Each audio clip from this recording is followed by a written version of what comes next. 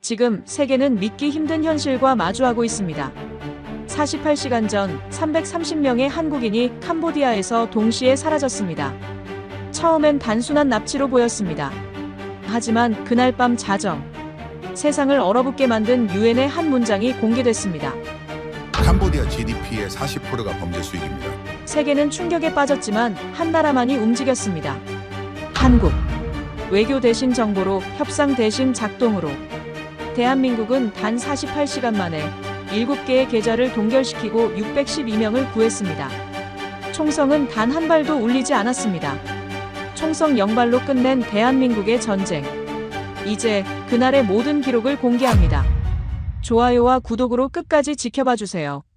48시간 세상이 멈췄다. 저는 모니터 앞에서 이 문장을 반복해 읽고 있었습니다. 새벽 4시 22분 캄보디아 프놈펜 외곽에서 한국인 330명이 집단 실종됐어요.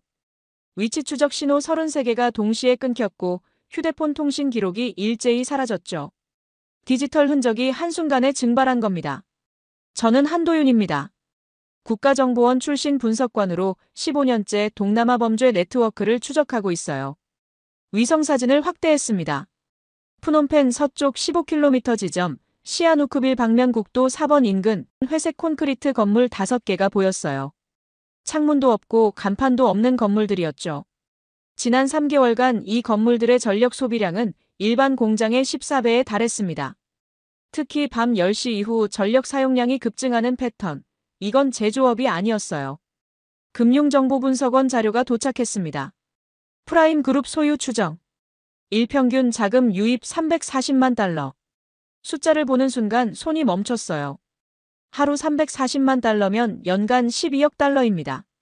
캄보디아 국내 총생산이 300억 달러 수준임을 감안하면 이 조직 하나가 국가 경제의 4%를 움직이는 셈이었죠.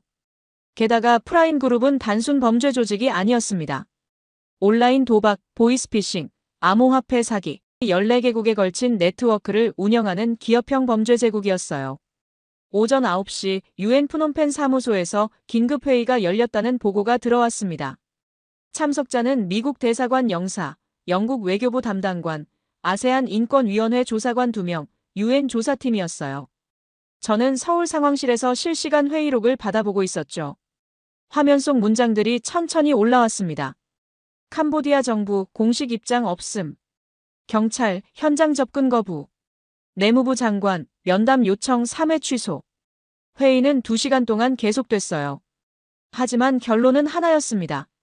공식 조사 요청 재제출. 국제사회 압박 강화.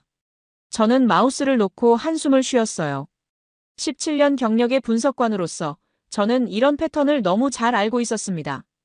유엔은 회원국 동의 없이 독자 행동을 취할 수 없었죠. 각국은 자국민 피해가 아니면 적극적으로 움직이지 않았고요. 법과 절차는 중요했지만 그 사이에 사람들은 죽어갔습니다. 오후 2시 현장 조사관으로부터 첫 영상이 도착했습니다. 흔들리는 핸드폰 카메라였어요. 회색 건물 외벽을 따라 3m 높이 철조망이 둘러쳐져 있었고 감시 카메라가 50m마다 설치돼 있었습니다. 입구엔 검은 티셔츠를 입은 남자 6명이 서 있었어요. 제복도 없고 표식도 없었죠. 하지만 손엔 자동소총이 들려 있었습니다. 조사관이 천천히 접근했어요. 100m, 80m, 50m 거리가 좁혀지자 그들은 조용히 총구를 들어올렸습니다. 경고도 없었어요. 말도 없었죠. 그냥 침묵 속에서 메시지를 전달했습니다. 더 오지 마라. 30m 지점에서 조사관이 멈춰섰습니다. 저는 유엔 조사관입니다. 실종자 조사를 위해 왔습니다. 영상 속에서 조사관이 말했어요. 반응이 없었습니다. 다시 크메르어로 말했죠. 여전히 반응이 없었어요. 10초, 20초, 30초 시간만 흘렀습니다. 그들은 쏘지도 않았고 말하지도 않았어요. 그냥 존재했습니다. 영상이 끊겼습니다. 저는 화면을 멈춰 세웠어요. 그리고 그 남자들의 얼굴을 확대했습니다. 표정이 없었어요. 긴장도 분노도 두려움도 없었죠. 마치 출근해서 업무를 보는 직장인 같았습니다. 이들에게 총을 드는 건 일상이었던 겁니다. 오후 5시 유엔 조사팀 보고서가 도착했습니다. 캄보디아 정부는 실질적 조사 의지가 없음. 현장은 무장 세력에 의해 통제되고 있으며 국제조사팀 접근 불가. 공식 채널을 통한 구조는 현실적으로 불가능함. 마지막 문장에 밑줄이 그어져 있었어요. 불가능. 저는 화면을 응시했습니다. 17년간 쌓아온 자료가 머릿속을 스쳤어요. 캄보디아 국내 총생산의 40%가 범죄 관련 자금으로 돌아갑니다. 불법 온라인 도박장 120개, 보이스피싱 전화사기 센터 80개, 암호화폐, 사기 조직 34개 모두 합법 기업 형태로 위장돼 있었죠.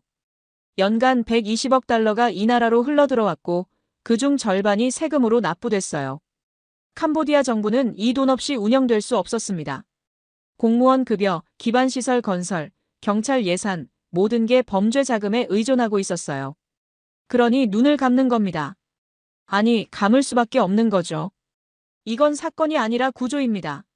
저는 보고서 여백의 메모를 남겼어요. 국내 총생산의 40%가 범죄라면 국가는 이미 범죄다. 밤 9시 외교부로부터 연락이 왔습니다. UN 본부 회의 3일 뒤 예정. 3일. 72시간이었어요. 저는 모니터를 껐습니다. 검은 화면 속에 제 얼굴이 비쳤어요. 지쳐 보였습니다. 17년간 범죄 네트워크를 추적하면서 수많은 좌절을 경험했지만 이번만큼 무력한 적은 없었어요. 유엔은 회의를 반복했습니다. 미국은 관망했죠. 영국은 우려를 표명했고요. 아세안 국가들은 캄보디아의 주권을 존중해야 한다고 말했습니다. 모두가 움직이지 않았어요. 아니, 움직일 수 없었습니다. 저는 창밖을 바라봤습니다. 서울의 밤하늘은 맑았어요. 사람들은 퇴근하고 저녁을 먹고 텔레비전을 보고 있었죠. 하지만 1800km 떨어진 캄보디아 어느 공장 안에선 330명이 철창 너머로 같은 하늘을 보고 있을 겁니다. 72시간. 그 시간이 지나면 유엔 회의가 열립니다. 그리고 또 회의가 이어질 거예요. 성명서가 발표되고 압박이 논의되고 조사단이 파견되겠죠. 하지만 그 모든 과정에 며칠이, 어쩌면 몇 주가 걸릴 겁니다. 330명에겐 그 시간이 없었어요. 저는 책상 서랍을 열었습니다. 15년간 모아온 자료 파일들이 빼곡히 들어있었어요. 프라임 그룹의 계좌 흐름, 통신 기록, 인물 관계도 모든 정보가 여기 있었습니다. 14개국 87개 계좌, 일평균 거래액 4,200만 달러. 저는 이 네트워크의 구조를 누구보다 잘 알고 있었어요. 하지만 아는 것과 멈추는 것은 달랐습니다. 국제사회는 법과 절차를 따랐어요. 주권을 존중했고 합의를 기다렸죠. 그건 옳았습니다. 하지만 그 옳음 속에서 사람들은 죽어가고 있었어요. 저는 서랍을 닫았습니다. 그리고 깨달았어요. 이대로는 안 된다는 걸요. 분노가 치밀어 올랐습니다. 17년간 숫자와 패턴만 보던 제가 처음으로 감정을 느꼈어요. 하지만 동시에 알고 있었습니다. 감정만으론 아무것도 할 수 없다는 걸요. 필요한 건 결단이었습니다. 국제사회가 움직이지 않는다면 우리가 움직여야 했어요. 저는 노트북을 다시 켰습니다. 화면이 밝아지며 위성사진이 떴어요. 회색 건물 5개. 그 안에 330명이 갇혀 있었습니다. 72시간을 기다릴 순 없었어요. 우리에겐 48시간밖에 없었습니다. 새벽 5시, 저는 국가정보원장에게 전화를 걸었습니다. 원장님, 긴급 안보회의를 소집해야 합니다. 지금입니다. 유엔은 72시간 후에 움직입니다. 우리에겐 그 시간이 없어요. 30분 후, 청와대 국가안보실로 긴급 소집 지시가 떨어졌습니다. 오전 7시, 저는 청와대 지하 2층 위기관리센터 회의실에 들어섰어요. 참석자는 11명이었습니다. 국가안보실장, 외교부 장관, 국방부 장관, 국가정보원장, 경찰청장, 그리고 실무진 6명이었죠. 회의실 중앙 스크린엔 캄보디아 지도가 떠 있었어요. 프놈펜 서쪽 15km 지점에 빨간 점 5개가 찍혀 있었습니다. 330명이 갇혀 있는 건물들이었어요. 한 분석관, 상황 브리핑 시작하십시오. 국가안보실장이 말했습니다.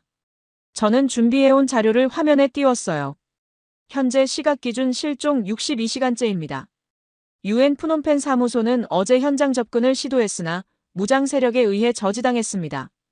캄보디아 정부는 공식 입장조차 내지 않고 있고요.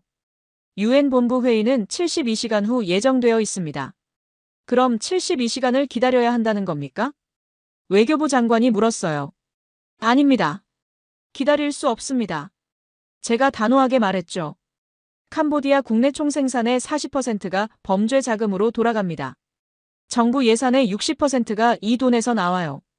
이 나라는 사실상 범죄 네트워크에 포획됐습니다. 유엔이 회의를 열고 성명을 내고 조사단을 파견하는 동안 최소 2주가 걸립니다. 그 사이에 330명은 어떻게 됩니까? 회의실이 조용해졌습니다. 대안이 있습니까? 국가정보원장이 물었어요. 저는 다음 슬라이드를 넘겼습니다. 프라임그룹의 자금 흐름도였어요.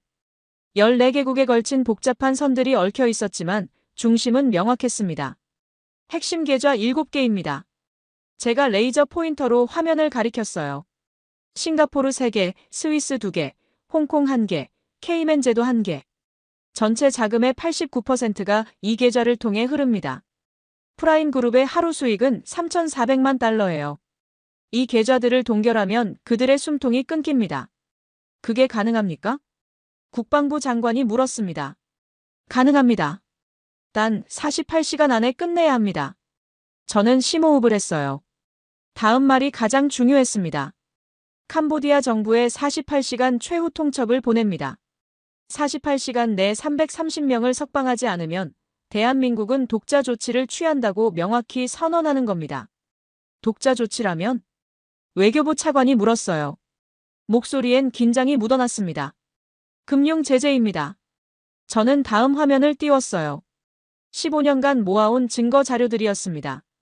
프라임그룹의 범죄 증거를 국제금융기구와 각국 금융당국에 제공합니다. 블록체인 거래 기록, 위성통신 감청, 피해자 진술서, 23개국 12만 명의 피해 사례가 여기 있어요. 싱가포르, 스위스, 홍콩은 모두 자금 세탁 방지 협약 가입국입니다. 명확한 범죄 증거가 있다면 계좌 동결은 의무사항이에요. 외교부 장관이 손을 들었습니다. 유엔의 승인 없이 독자 행동을 취하면 외교적 파장이 상당할 겁니다. 미국은 어떻게 반응할지 모르고 중국은 내정 간섭이라고 비난할 겁니다. 알고 있습니다. 제가 대답했어요.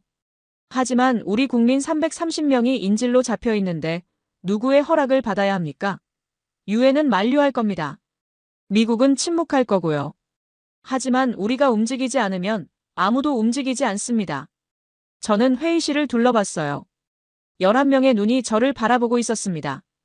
이건 협상이 아닙니다. 제가 말했죠. 작동입니다. 우리가 가진 정보를 가동해서 범죄 네트워크의 혈관을 끊는 겁니다. 총성도 없고 군대도 보내지 않아요. 데이터만 있으면 됩니다. 정확한 데이터와 신속한 실행, 그것만 있으면 48시간 안에 끝낼 수 있습니다. 국가안보실장이 고개를 끄덕였어요. 구체적인 타임라인을 제시하십시오. 저는 준비한 표를 화면에 띄웠습니다. 첫 12시간 캄보디아 정부의 최후 통첩 발송. 동시에 7개 계좌의 증거 패키지를 각국 금융당국에 전달합니다. 다음 24시간 각국 금융당국의 답변 대기 및 추가 압박. 이 시간 동안 프라임그룹 핵심 인물 23명의 실시간 위치와 통신 내용을 추적합니다. 마지막 12시간 계좌 동결 집행 및 캄보디아 정부의 최종 반응 대기. 그들이 움직이지 않으면 우리가 직접 구조작전을 준비합니다. 48시간 내에 실제로 구조까지 가능합니까? 경찰청장이 물었어요. 구조는 캄보디아 정부가 할 겁니다. 제가 답했습니다. 우리는 그들이 움직일 수밖에 없는 상황을 만드는 거예요. 프라임그룹의 돈줄이 끊기면 캄보디아 경제가 흔들립니다. 은행이 멈추고 세수가 증발하고 정부 예산이 붕괴돼요. 그때 그들은 선택해야 할 겁니다. 330명을 석방하거나 경제 붕괴를 감수하거나. 대통령이 입을 열었습니다. 외교적 부담은 우리가 감당합니다. 한 분석관 확신합니까? 확신합니다. 저는 대답했어요. 15년간 이 네트워크를 추적했습니다. 87개 계좌, 14개국, 일평균 4,200만 달러, 모든 흐름을 알고 있어요. 이건 도박이 아닙니다. 계산입니다. 대통령이 고개를 끄덕였습니다. 좋습니다. 48시간 작전을 승인합니다. 한 분석관이 총괄 책임자입니다. 오전 9시 외교부는 캄보디아 정부에 공식 서한을 발송했습니다. 저는 서한 초안을 직접 작성했어요. 외교적 수사는 모두 빼고 핵심만 남겼습니다. 대한민국 정부는 캄보디아 정부에 48시간의 시한을 부여합니다. 본 서한 수신 시각으로부터 48시간 내 한국 국민 330명을 안전하게 석방하지 않을 경우 대한민국은 독자적 조치를 취할 것입니다. 이는 협상이 아닌 통보입니다. 서한은 캄보디아 외교부, 내무부, 총리실에 동시 발송됐어요.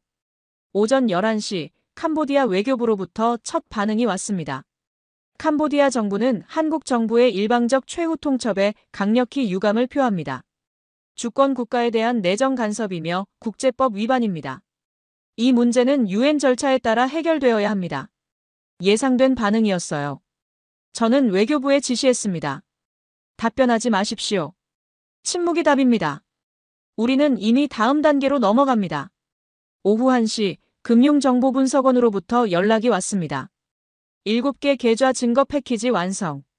총 1247페이지 분량입니다. 각국 금융당국에 즉시 전달하십시오. 저는 지시했어요. 그리고 명확히 표기하세요. 발신자는 대한민국 정부 긴급 등급 최상위로요. 오후 3시 저는 상황실로 돌아왔습니다. 벽면 스크린에 카운트다운이 떠 있었어요.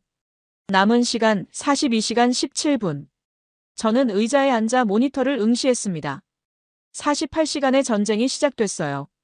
총성은 없었지만 긴장감은 전쟁터와 다르지 않았습니다. 핸드폰이 울렸어요. 유엔 주재 한국 대사로부터였습니다. 유엔 사무총장실에서 연락이 왔습니다. 한국의 독자 행동을 우려한다고 하더군요. 우려는 접수했다고 전하십시오. 하지만 멈추지 않습니다. 전화를 끊고 저는 창밖을 바라봤어요. 서울의 하늘은 여전히 맑았습니다. 하지만 1800km 떨어진 캄보디아에선 폭풍이 몰려오고 있었어요. 48시간. 그 안에 모든 걸 끝내야 했습니다. 저는 키보드를 두드리며 중얼거렸습니다. 이건 협상이 아니라 작동입니다. 남은 시간 42시간 17분. 상황실 벽면 스크린의 카운트다운을 보며 저는 국가정보원 사이버안전센터로 향했습니다. 오후 4시 지하 4층 출입구엔 홍채인식 장치 3개가 설치돼 있었어요. 문이 열리자 냉장고처럼 차가운 공기가 얼굴을 감쌌습니다. 40명의 분석관이 모니터 앞에 앉아 있었어요. 화면마다 숫자와 그래프가 끊임없이 흘러갔죠. 민여진 팀장님. 제가 불렀습니다. 검은 안경을 쓴 여성이 돌아봤어요. 민여진 33세 사이버 수사팀장이었습니다. 그녀는 14년간 국제사이버 범죄를 추적해온 전문가였죠. 손가락은 키보드 위에서 쉬지 않고 움직였고 눈은 화면 6개를 동시에 훑고 있었어요. 프라임그룹의 통신망을 해부해야 합니다. 제가 말했어요. 위성전화, 암호화 메신저, 다크웹 접속 기록, 모든 통신 경로를 추적해 주십시오. 핵심 인물 23명의 실시간 위치와 통신 내용이 필요합니다. 민여진이 안경을 고쳐 썼습니다. 시간은요? 36시간입니다. 그녀가 잠시 멈췄어요. 그리고 작게 웃었습니다. 불가능한 시간이네요. 그래서 민 팀장님을 찾아왔습니다. 민여진이 고개를 끄덕이고 팀원들을 향해 돌아섰어요. 작전 개시. 목표는 프라임그룹 통신망 전체 해킹. 3개조로 나눠서 움직입니다. 1조는 위성전화 추적, 2조는 암호화 메신저 복호화, 3조는 다크웹 접속 경로 역추적. 시작합니다. 키보드 소리가 일제히 터져나왔습니다. 저는 민여진 옆 모니터를 바라봤어요. 화면엔 프라임그룹의 통신망 구조도가 떠 있었습니다. 14개국에 걸친 서버 237개, 암호화 계층 12단계, 일평균 통신량 8,400만 건, 거대한 디지털 미로였어요. 어디서부터 시작합니까?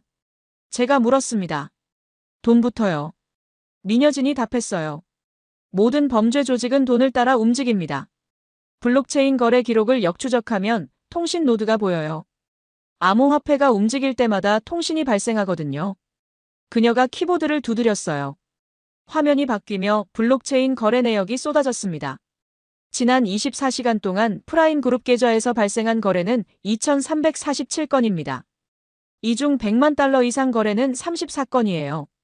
이 34건의 발신 지점을 추적하면 화면에 지도가 떠올랐습니다. 프놈펜, 방콕, 싱가포르, 홍콩 14개 도시에 빨간 점이 찍혔어요. 통신 노드 34개 확보. 이제 이 노드들의 통신 패턴을 분석합니다. 오후 6시 첫 번째 돌파구가 열렸습니다.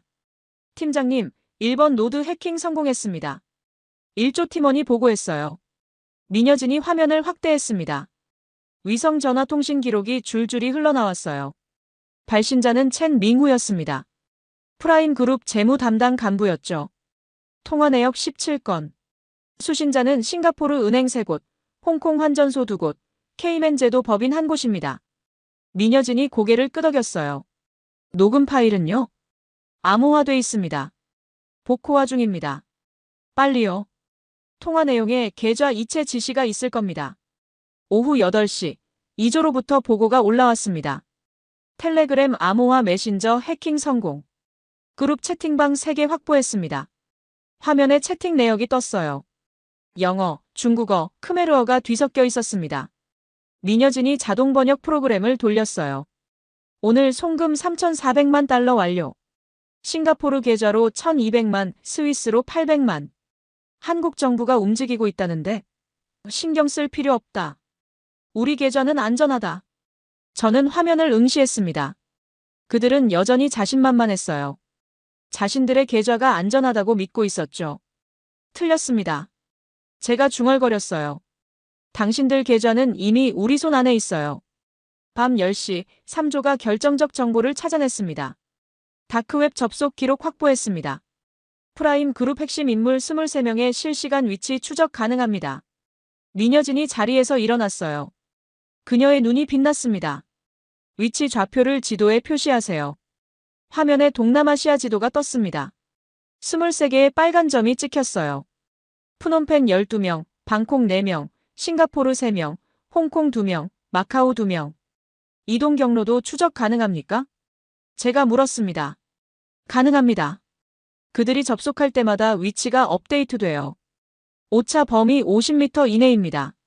저는 민여진의 어깨를 가볍게 두드렸어요. 대단합니다, 팀장님. 아직 끝난 게 아닙니다. 그녀가 답했죠. 통신 내용을 실시간으로 감청해야 해요. 그들이 계좌를 옮기려는 움직임을 미리 포착해야 합니다. 새벽 2시, 저는 금융정보분석원으로부터 연락을 받았습니다. 싱가포르 금융관리청에서 답변이 왔습니다. 내용은요? 증거 검토 완료. 법적 절차 진행 중. 48시간 내 결정 가능하다고 합니다. 첫 번째 성과였어요. 싱가포르가 움직이기 시작했습니다. 스위스는요? 아직 답변 없습니다. 추가 증거를 요구하고 있어요. 민 팀장님, 저는 민여진에게 전화를 걸었어요. 스위스 계좌 관련 통신 기록을 모두 보내주십시오. 실시간 감청 내용까지요. 이미 준비했습니다. 지금 전송합니다. 새벽 4시, 민여진이 저를 불렀습니다. 한 분석관님, 이것 좀 보세요. 화면엔 첸 밍후의 최근 통화 내역이 떠 있었어요. 수신자는 스위스 은행 담당자였습니다. 녹음 파일 복호화 완료했습니다. 들어보시죠. 스피커에서 목소리가 흘러나왔어요. 계좌를 옮겨야 합니다. 한국 정부가 추적하고 있어요. 어디로 옮기시겠습니까? 두바이로요. 준비해 주십시오. 저는 즉시 외교부에 연락했습니다. 스위스 금융당국에 이 녹음 파일을 전달하세요. 그리고 명확히 알리세요. 그들이 지금 계좌를 옮기려 한다고요. 지금 동결하지 않으면 증거가 사라진다고요. 새벽 5시 스위스로부터 답변이 왔습니다. 계좌 동결 절차 즉시 개시. 12시간 내 완료 예정. 두 번째 성과였어요. 저는 상황실로 돌아왔습니다. 벽면 스크린에 카운트다운이 보였어요. 남은 시간 28시간 43분. 민여진이 보낸 최종 보고서가 도착했습니다. 프라임 그룹 통신망 전체 해킹 완료. 핵심 인물 23명 실시간 추적 가능. 7개 계좌 관련 증거자료 총 3,891건 확보. 저는 보고서를 덮고 창밖을 바라봤어요. 서울의 새벽 하늘이 밝아오고 있었습니다. 데이터가 쌓이고 있었어요. 통신 기록, 위치 정보, 계좌 이체 내역, 모든 증거가 한치의 오차 없이 축적되고 있었죠. 저는 키보드를 두드리며 메모를 남겼습니다. 총보다 빠른 건 데이터, 총보다 무서운 건 정확성. 28시간이 남았어요. 이제 데이터를 무기로 바꿀 시간이었습니다. 남은 시간 28시간 43분. 저는 경찰청 국제범죄수사대 회의실로 향했습니다. 오전 7시 12명의 특수요원이 이미 대기하고 있었어요. 그들은 모두 해외작전 경험이 10년 이상인 베테랑들이었죠. 팀장은 박재훈, 45세, 국제범죄수사대 최정예 요원이었습니다. 한 분석관님. 박재훈이 악수를 청했어요. 손에 굳은 살이 박혀 있었습니다. 상황 브리핑 부탁드립니다. 저는 노트북을 열어 화면을 공유했어요. 프라임그룹의 7개 계좌 중 2개가 동결 절차에 들어갔습니다. 싱가포르 1개, 스위스 1개예요. 나머지 5개도 24시간 내 동결될 예정입니다. 그들의 자금줄이 끊기는 순간 캄보디아 현지는 혼란에 빠질 겁니다. 우리 역할은 뭡니까? 박재훈이 물었어요. 구조입니다. 단, 직접 구조가 아닙니다. 저는 다음 슬라이드를 넘겼어요. 캄보디아 프놈펜 지도가 떴습니다. 캄보디아 경찰 300명을 지도하는 겁니다. 그들이 직접 현장에 투입되고 여러분은 뒤에서 작전을 설계하고 좌표를 제공해요. 총성은 단 한 발도 나가선 안 됩니다. 그게 가능합니까? 팀원 중 한 명이 물었습니다. 가능합니다. 저는 민여진이 보낸 자료를 화면에 띄웠어요. 건물 5개의 내부 구조도입니다. 위성 열화상 카메라로 촬영했어요.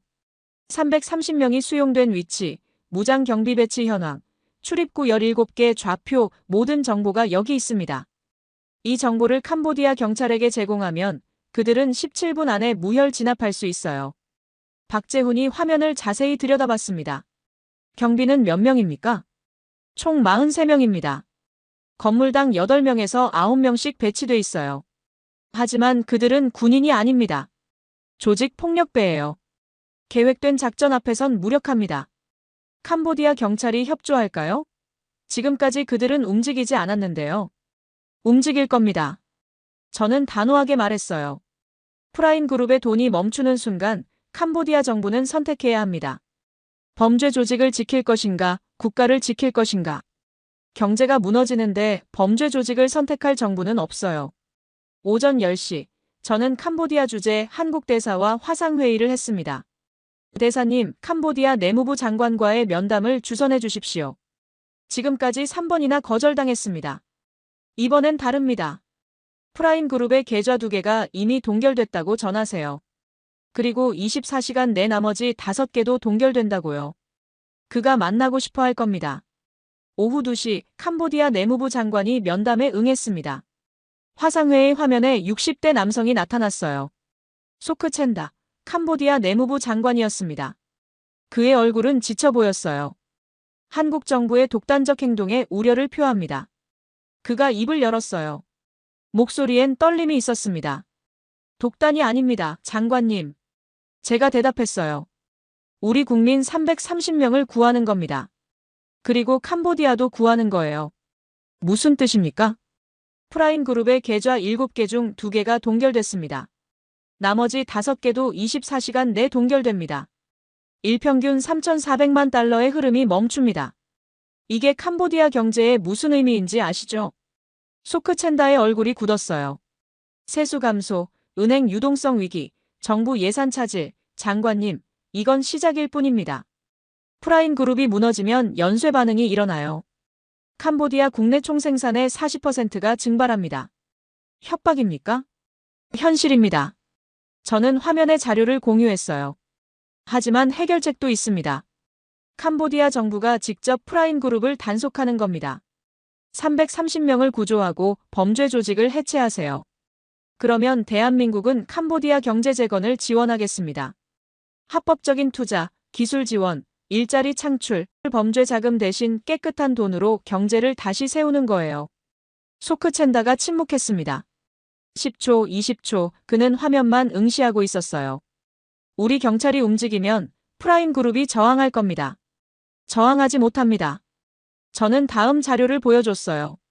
우리가 건물 내부 구조도, 경비 배치 현황, 출입구 좌표를 모두 확보했습니다. 대한민국 국제범죄수사대 12명이 작전을 설계했어요. 캄보디아 경찰 300명이 17분 안에 무혈 진압할 수 있습니다. 좌표 2개면 길이고 좌표 20개면 승리입니다. 오후 6시 소크첸다가 결정을 내렸습니다. 알겠습니다. 캄보디아 경찰이 움직이겠습니다. 오후 8시 박재훈과 구조팀 12명이 푸놈펜으로 출발했습니다. 저는 공항에서 그들을 배웅했어요. 팀장님, 총성은 없어야 합니다. 알고 있습니다. 박재훈이 답했죠. 우리는 싸우러 가는 게 아닙니다. 좌표를 주러 가는 거예요. 다음 날 오전 6시 푸놈펜 현지 시각으로 작전이 시작됐습니다. 저는 서울 상황실에서 실시간 영상을 지켜봤어요. 드론 12대가 건물 5개 상공을 선회하고 있었습니다. 화면엔 열화상 이미지가 떠올랐어요. 건물 내부에 330명이 모여있는 게 보였고 경비 43명의 위치도 선명했습니다. 좌표 전송 완료. 박재훈의 목소리가 들렸어요. 캄보디아 경찰 300명 대기 중. 출입구 17개 포위 완료. 개시하십시오. 제가 지시했습니다. 오전 6시 15분 캄보디아 경찰이 일제히 돌입했습니다. 드론 화면으로 모든 게 보였어요. 출입구 17개로 동시에 진입한 경찰들이 건물을 점령했습니다. 경비 43명은 저항조차 못했어요. 좌표가 정확했고 타이밍이 완벽했으며 숫자가 압도적이었죠. 총성은 단 한 발도 나가지 않았습니다. 오전 6시 32분 첫 번째 건물 확보 완료. 오전 6시 48분 두 번째 건물 확보 완료. 오전 7시 3분 세 번째 건물 확보 완료. 오전 7시 19분 네 번째 건물 확보 완료. 오전 7시 27분 다섯 번째 건물 확보 완료. 작전 개시 후 정확히 17분 만이었습니다. 구조 완료. 612명 확보했습니다. 박재훈의 보고가 들렸어요. 612명입니까? 330명이 아니고요. 네. 한국인 330명 외에 다른 국적 피해자 282명이 추가로 발견됐습니다. 중국인, 베트남인, 필리핀인 모두 인신매매 피해자들입니다. 저는 화면을 응시했어요. 드론 카메라에 사람들이 건물 밖으로 나오는 게 보였습니다. 어떤 이는 울고 있었고 어떤 이는 주저앉았어요. 어떤 이는 하늘을 올려다보고 있었죠. 부상자는요? 없습니다. 단 한 명도요. 상황실이 조용해졌습니다. 총성 0발. 17분 구조. 612명 전원 무사. 벽면 스크린에 카운트다운이 보였어요. 남은 시간 11시간 22분. 저는 의자에 앉아 깊게 숨을 들이마셨습니다. 데이터가 무기가 됐어요. 좌표가 길이 됐고 정확성이 승리가 됐습니다. 저는 키보드를 두드리며 최종 보고서를 작성했습니다. 좌표 2개면 길이고 좌표 20개면 승리입니다. 48시간의 전쟁에서 우리는 총 한 발 쏘지 않고 이겼어요. 남은 시간 11시간 22분. 구조작전이 성공한 지 2시간 후 저는 외교부 박윤서 대변인과 긴급회의를 했습니다. 오전 9시 화상회의 화면에 그녀가 나타났어요. 박윤서 33세, 외교부 대변인 출신 위기 커뮤니케이터였습니다. 그녀는 5개 언어를 구사했고 12개국 정부와 직통 채널을 갖고 있었죠. 박 대변인님, 이제 시작입니다. 제가 말했어요. 612명을 구조했습니다. 이제 전 세계가 우리를 주목하고 있어요. 이 순간을 활용해야 합니다. 어떻게요? 증거를 공개하는 겁니다. 프라임 그룹의 범죄 기록 전부를요. 그리고 각국 정부의 선택을 강요하세요. 우리와 함께 움직이거나 방관자로 남거나. 박윤서가 고개를 끄덕였습니다. 대상 국가는요? 미국, 영국, 스위스, 싱가포르, 홍콩입니다. 이 5개국이 움직이면 나머지는 따라옵니다. 오전 10시 박윤서는 첫 번째 전화를 걸었습니다. 상대는 미국 재무부 차관이었어요. 저는 옆에서 통화 내용을 들었습니다. 대한민국이 48시간 만에 612명을 구조했습니다. 총성 한 발 없이요. 그리고 프라임 그룹의 범죄 증거 3,891건을 확보했습니다. 23개국 12만 명의 피해자 명단이 여기 있어요. 이 중 미국 시민이 2만 3천 명입니다. 2만 3천 명입니까? 미국 차관의 목소리가 떨렸어요. 네. 보이스피싱, 암호화폐 사기, 불법 도박, 총 피해액 340억 달러입니다. 증거를 지금 보내드리겠습니다. 미국 재무부가 프라임 그룹 계좌를 동결하지 않으면 이 2만 3천 명은 어떻게 됩니까? 침묵이 흘렀어요. 10초, 20초. 자료를 보내주십시오. 검토하겠습니다. 검토가 아닙니다. 박윤서의 목소리가 단호해졌어요. 동결입니다. 대한민국은 이미 움직였습니다. 이제 미국 차례예요. 오전 11시, 박윤서는 영국 외무부 담당관에게 전화를 걸었습니다. 대한민국이 제시한 증거를 검토했습니까? 검토 중입니다. 하지만 법적 절차를 기다릴 시간이 없습니다. 박윤서가 끊어 말했어요. 프라임 그룹은 지금 이 순간에도 자금을 옮기고 있어요. 우리가 실시간 감청으로 포착했습니다. 홍콩 계좌에서 두바이로 80억 달러가 이동 중이에요. 24시간 내 동결하지 않으면 증거가 사라집니다. 증거를 추가로 보내주십시오. 이미 보냈습니다. 3시간 전에요. 영국 정부가 결단을 내려야 할 시간입니다. 오후 1시 스위스 연방금융시장 감독청으로부터 연락이 왔습니다. 계좌 동결 결정했습니다. 2개 계좌 모두 즉시 동결합니다. 총 잔액 180억 달러. 첫 번째 성과였어요. 저는 박윤서에게 엄지를 들어 보였습니다. 그녀가 작게 웃었죠. 한국이 움직이자 세계가 멈췄습니다. 그녀가 중얼거렸어요. 오후 3시 싱가포르 금융관리청이 결정을 내렸습니다. 세계 계좌 동결 집행. 총 잔액 420억 달러. 두 번째 성과였어요. 오후 5시 홍콩 금융관리국도 움직였습니다. 한 개 계좌 동결. 잔액 230억 달러. 세 번째 성과였어요. 저는 화면을 응시했습니다. 7개 계좌 중 6개가 동결됐어요. 남은 건 케이맨 제도 1개뿐이었습니다. 케이맨 제도는요? 제가 물었어요. 아직 답변이 없습니다. 박윤서가 답했죠. 하지만 시간 문제예요. 다른 나라들이 모두 움직였으니까요. 오후 7시 미국 재무부가 공식 성명을 발표했습니다. 미국 정부는 대한민국이 제공한 증거를 검토한 결과 프라임 그룹의 범죄 행위를 확인했습니다. 미국 내 관련 계좌 12개를 즉시 동결하며 국제 공조 수사를 개시합니다. 오후 8시 영국이 뒤따랐습니다. 영국 정부는 대한민국의 신속한 대응을 지지하며 프라임 그룹 관련 자산 동결에 동참합니다. 오후 9시 케이맨 제도로부터 최종 답변이 왔습니다. 한 개 계좌 동결 완료. 잔액 170억 달러. 7개 계좌 전부 동결됐어요. 저는 계산기를 두드렸습니다. 총 동결 금액은 1,000억 달러였어요. 프라임 그룹 전체 자금의 89%가 멈춘 겁니다. 박 대변인님, 제가 말했어요. 대단합니다. 아직 끝난 게 아닙니다. 그녀가 답했죠. 이제 이 사실을 전 세계에 알려야 해요. 밤 10시, 대한민국 정부는 긴급 브리핑을 열었습니다. 박윤서가 브리핑룸에 섰어요. 20개국 언론사 기자 80명이 모여 있었습니다. 카메라 플래시가 터졌죠. 대한민국 정부는 48시간 만에 612명을 구조했습니다. 박윤서가 입을 열었어요. 총성은 단 한 발도 나가지 않았습니다. 우리는 정보로 싸웠고 정확성으로 이겼어요. 그리고 오늘 전 세계 7개국이 우리와 함께 움직였습니다. 미국, 영국, 스위스, 싱가포르, 홍콩, 케이맨 제도 이들 국가가 프라임 그룹의 계좌 7개를 동결했습니다. 총 금액은 1,000억 달러예요. 기자들이 웅성거렸어요. 이것이 의미하는 바는 명확합니다. 박윤서가 계속 말했죠. 한국이 움직이자 세계가 멈췄습니다. 범죄 네트워크의 자금 흐름이 완전히 차단됐어요. 일평균 3,400만 달러가 흐르던 혈관이 끊겼습니다.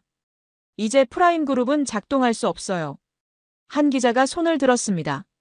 한국 정부의 독자 행동이 국제법 위반 아닙니까? 아닙니다. 박윤서가 단호하게 답했어요. 우리는 증거를 제시했고 각국은 자발적으로 결정을 내렸습니다. 이건 강요가 아니라 협력이에요. 그리고 결과가 증명합니다. 612명이 구조됐고 23개국 12만 명의 피해자가 정의를 되찾았어요. 다른 기자가 물었습니다. 유엔의 반응은 어떻습니까? 유엔은 처음엔 우려를 표명했습니다. 하지만 지금은 다릅니다. 박윤서가 화면을 공유했어요. 유엔 사무총장의 성명서였습니다. 대한민국의 신속하고 효과적인 대응을 주목한다. 21세기형 위기 대응의 새로운 모델을 제시했다. 브리핑이 끝난 후 저는 박윤서에게 전화를 걸었습니다. 수고하셨습니다. 아직 끝난 게 아니에요. 그녀가 답했죠.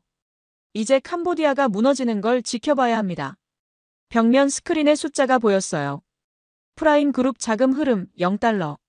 48시간 전엔 일평균 3,400만 달러가 흐르던 숫자였어요. 지금은 완전히 멈춰 있었습니다. 저는 창밖을 바라봤습니다. 서울의 밤하늘은 여전히 맑았어요. 하지만 1800km 떨어진 캄보디아에선 폭풍이 시작되고 있었습니다. 1,000억 달러가 증발한 나라에서 무슨 일이 벌어질까요? 저는 키보드를 두드리며 메모를 남겼습니다. 한국이 움직이자 세계가 멈췄습니다. 다음 챕터는 캄보디아의 붕괴였어요. 프라임 그룹 자금 흐름 0달러. 그 숫자가 푸놈펜에 도착한 건 다음 날 새벽이었습니다. 저는 서울 상황실에서 캄보디아 현지 상황을 실시간으로 모니터링하고 있었어요. 오전 6시 푸놈펜의 첫 은행이 문을 열었습니다. 30분 후 첫 번째 징후가 나타났어요. 한 분석관님, 푸놈펜 중앙은행 앞에 사람들이 몰리고 있습니다.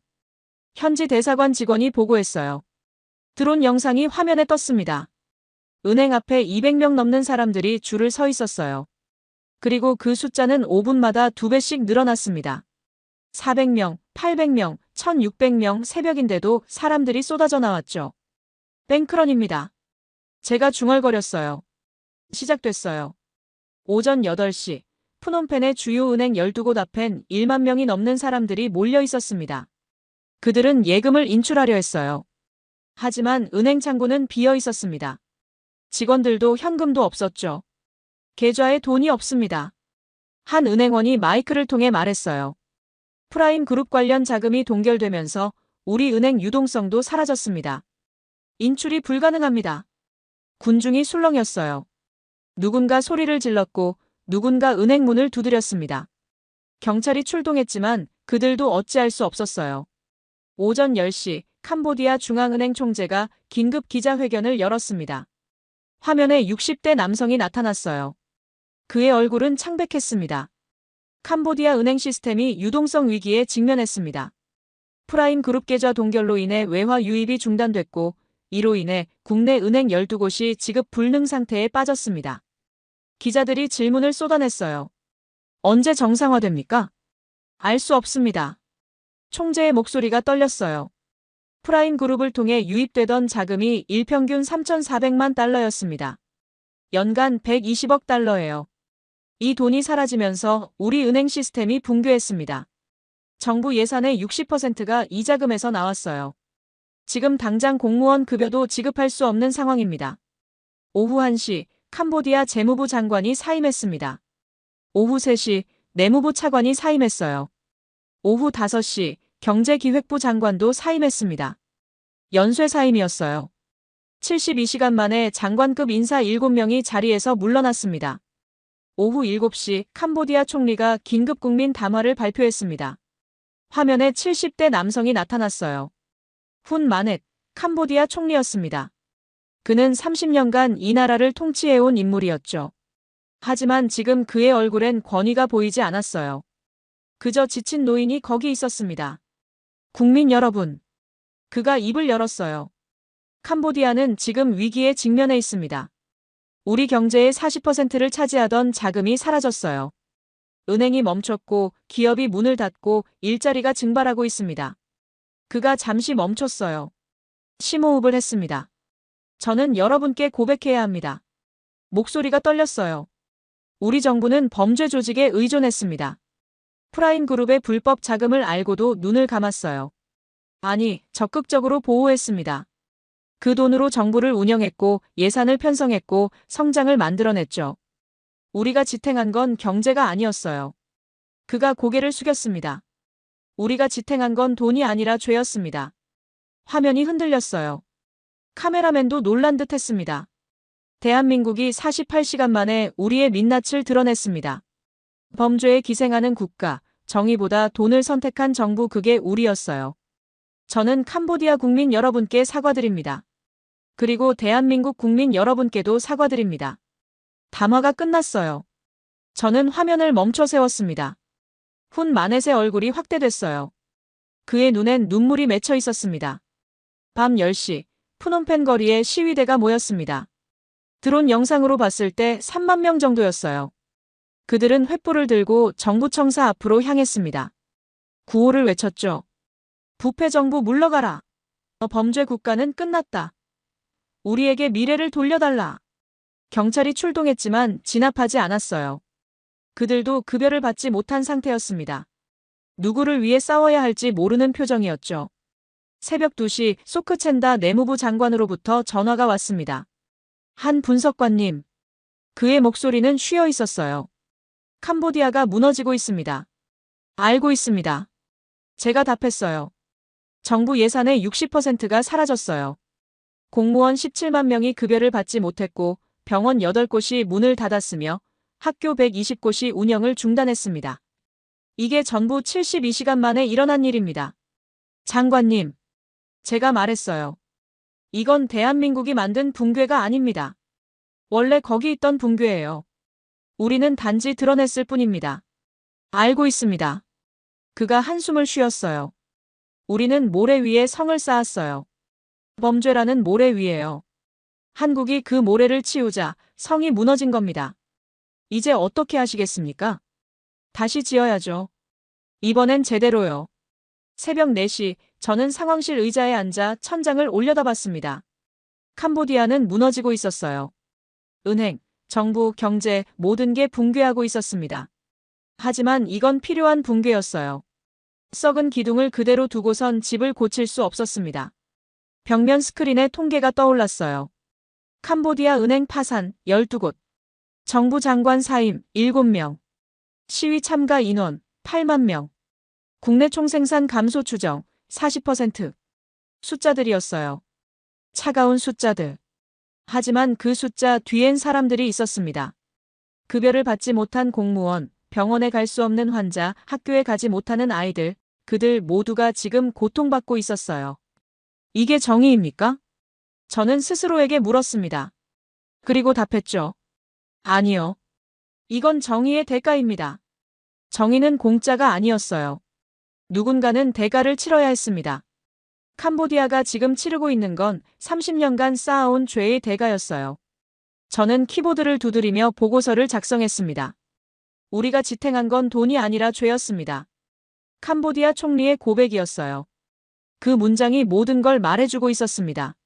48시간 만에 범죄 제국이 무너졌어요. 하지만 그 폐허 위에서 새로운 시작이 가능할 거였습니다. 남은 시간 0시간 0분. 48시간이 지났습니다. 저는 인천공항에서 뉴욕행 비행기에 올랐어요. 유엔 본부가 긴급 안보리 회의를 소집했습니다. 안건은 하나였죠. 대한민국의 독자 행동에 대한 국제사회의 평가. 14시간 후, 저는 뉴욕 맨해튼 유엔 본부 건물에 도착했습니다. 회의실 번호는 101호였어요. 안보리 상임이사국 5개국과 15개 비상임이사국 대표들이 이미 자리에 앉아 있었습니다. 그리고 30개국 옵저버와 20개 국제기구 대표들까지 총 70명이 넘는 사람들이 저를 바라보고 있었어요. 대한민국 대표단 입장하십시오. 의장이 말했습니다. 저는 외교부 장관, 국가정보원장과 함께 입장했어요. 회의실 중앙 테이블에 앉았습니다. 조명이 밝았고 공기는 무겁게 가라앉아 있었죠. 대한민국 정부는 48시간 만에 612명을 구조했습니다. 미국 대표가 입을 열었어요.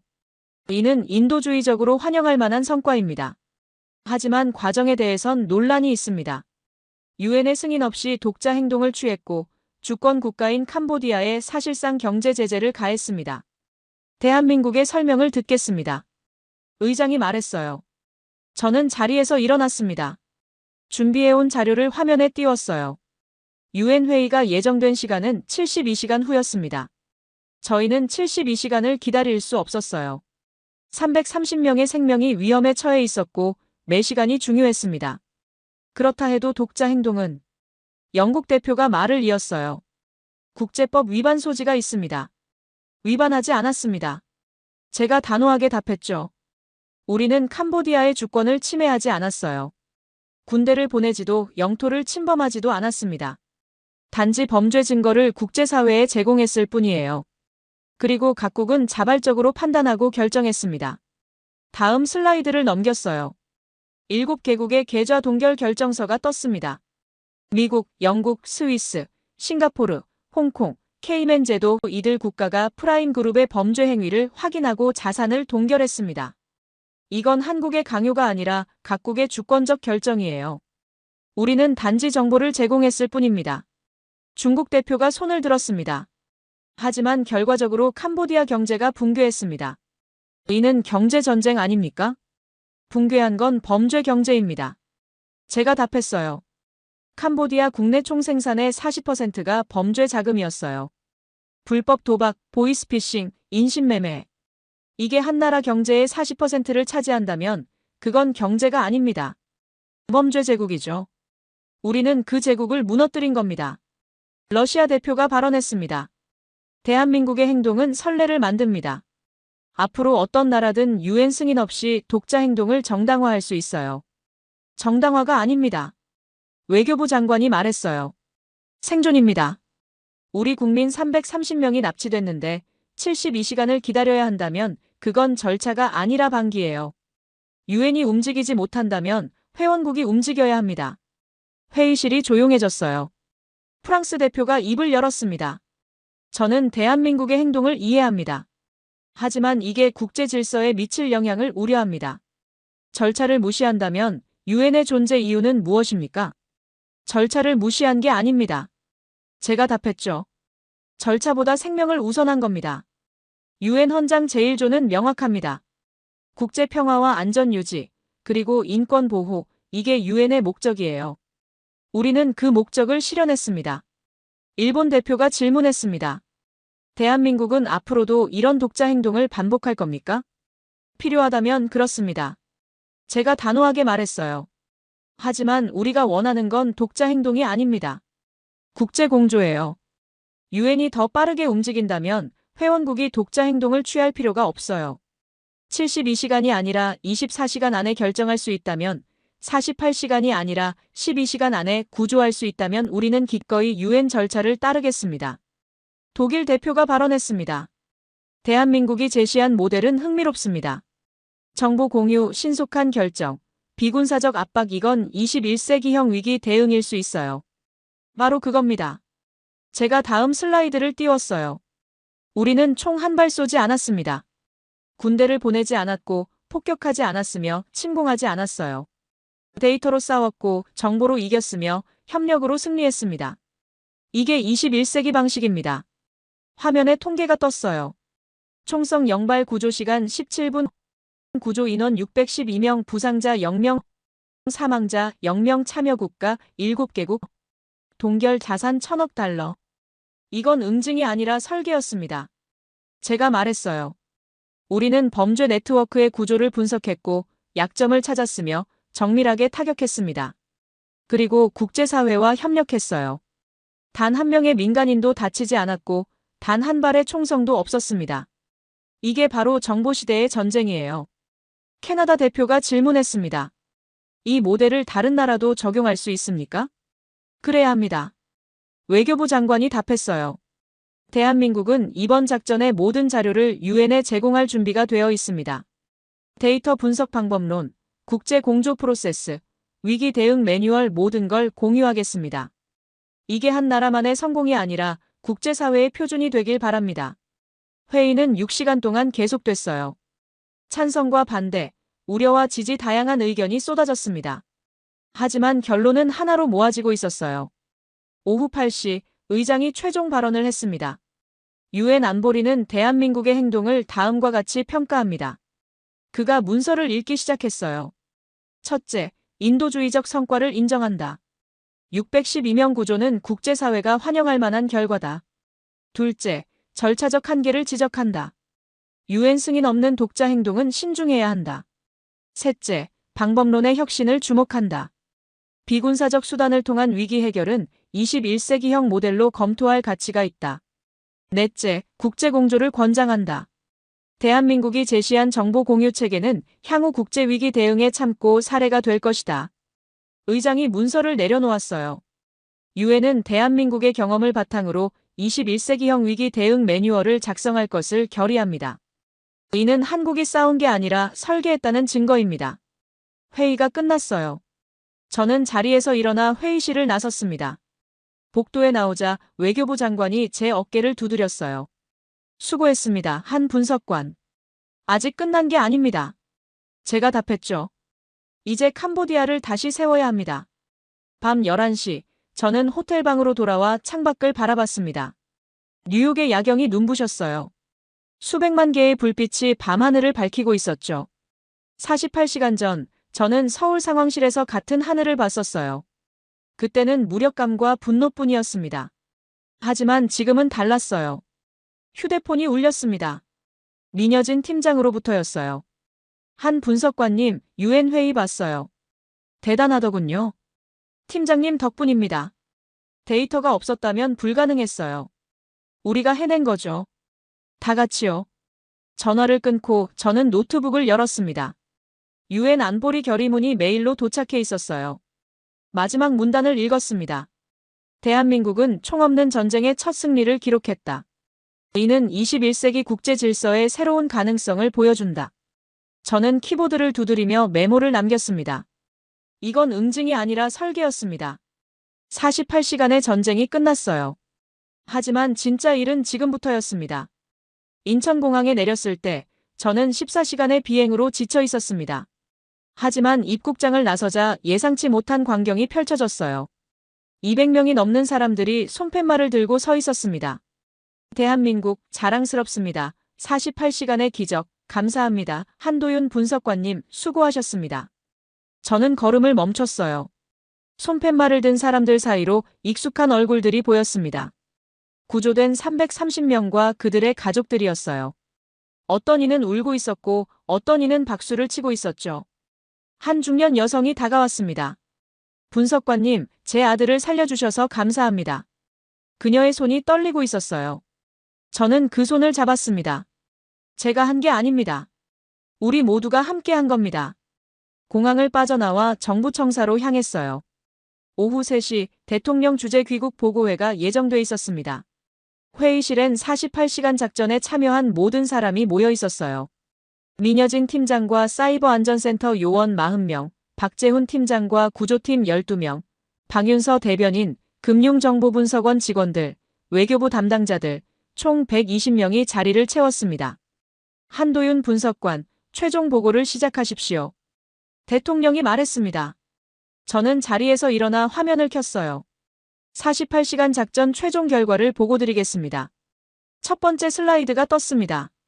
구조 인원 612명, 한국인 330명, 기타 국적 282명, 총성 0발, 부상자 0명, 사망자 0명, 작전 시간 48시간 정확히, 참여국가 대한민국, 미국, 영국, 스위스, 싱가포르, 홍콩, 케이맨 제도, 캄보디아 총 8개국, 동결 자산 1000억 달러, 검거된 범죄 조직원 43명. 두 번째 슬라이드를 넘겼어요. 우리가 사용한 무기는 3가지였습니다. 첫째, 데이터. 15년간 축적한 정보, 실시간 블록체인 추적, 위성 감청, 정확한 데이터가 모든 작전의 기반이었습니다. 둘째, 속도. 72시간을 기다리지 않고 48시간 안에 모든 걸 끝냈어요. 결단의 속도가 생명을 구했습니다. 셋째, 협력. 8개국이 자발적으로 움직였습니다. 우리는 강요하지 않았어요. 증거를 제시했고 각국은 판단했습니다. 저는 회의실을 둘러봤어요. 120명의 눈이 저를 바라보고 있었습니다. 우린 싸운 게 아닙니다. 제가 말했어요. 연결했습니다. 정보를 연결하고 국가를 연결하고 정의를 연결했어요. 그게 21세기 방식입니다. 세 번째 슬라이드가 떴습니다. 유엔의 평가입니다. 화면에 안보리 결의문이 나타났어요. 대한민국은 총없는 전쟁의 첫 승리를 기록했다. 이는 21세기형 위기 대응 모델로서 국제사회의 표준이 될 것이다. 유엔은 우리의 매뉴얼을 요청했습니다. 데이터 분석 방법론, 국제 공조 프로세스, 신속 결단 체계, 모든 걸 문서화해서 국제 표준으로 만들겠다고 했어요. 네 번째 슬라이드를 넘겼습니다. 하지만 우리의 일은 아직 끝나지 않았습니다. 화면에 캄보디아 경제 지표가 떠올랐어요. 캄보디아 국내 총생산 40% 감소. 은행 12곳 파산. 실업자 23만 명 발생. 우리가 범죄 제국을 무너뜨렸지만 그 폐허 위엔 사람들이 살고 있습니다. 대한민국 정부는 캄보디아 경제 재건을 지원하기로 결정했어요. 향후 5년간 30억 달러를 투자해 합법적 산업을 육성하고 일자리를 창출하며 교육 시스템을 재건할 겁니다. 범죄 자금 대신 깨끗한 투자로, 어둠의 경제 대신 투명한 성장으로 캄보디아를 다시 세우는 게 우리의 책임입니다. 마지막 슬라이드가 떴어요. 48시간 작전의 교훈입니다. 첫째, 정확함이 애국이다. 감정이 아니라 데이터로, 분노가 아니라 정밀함으로 정확성이 곧 국민을 지키는 힘입니다. 둘째, 속도가 정의다. 느린 절차는 때로 정의를 죽입니다. 신속한 결단이 생명을 구합니다. 셋째, 협력이 승리다. 혼자 싸우는 나라는 없습니다. 정보를 공유하고 함께 움직이고 연결할 때 불가능은 가능이 됩니다. 저는 화면을 껐습니다. 그리고 회의실을 다시 둘러봤어요. 여러분이 없었다면 불가능했습니다. 제가 말했어요. 민여진 팀장님과 사이버 안전센터, 데이터가 무기가 될 수 있음을 증명했습니다. 박재훈 팀장님과 구조팀, 좌표만으로 승리할 수 있음을 보여줬습니다. 박윤서 대변인님, 한국이 움직이자 세계가 멈췄습니다.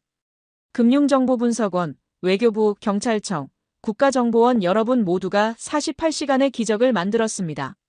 저는 잠시 멈췄어요. 목이 메었습니다. 저는 15년간 숫자만 봤습니다.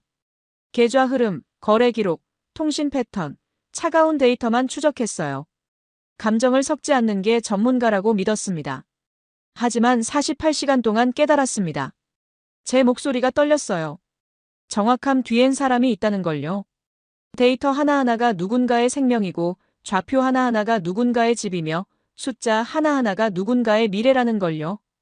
정확함이 애국이다. 이 말의 진짜 의미를 이제 알겠습니다. 정확함은 차갑지 않아요. 정확함이야말로 가장 뜨거운 책임입니다. 회의실이 조용해졌어요. 대통령이 일어났습니다. 대한민국은 48시간 만에 세계를 바꿨습니다. 여러분이 만든 이 모델은 앞으로 수십 년간 국제사회의 표준이 될 겁니다. 자랑스럽습니다. 박수가 터져나왔어요. 120명 모두가 일어나 박수를 쳤습니다. 저는 고개를 숙였습니다. 회의가 끝난 후 저는 상황실로 돌아왔어요. 48시간 동안 제가 살다시피 한 공간이었습니다. 벽면 스크린은 꺼져 있었고 카운트다운도 사라졌어요. 책상 위엔 메모 한 장이 놓여 있었습니다. 민여진 팀장이 남긴 거였어요.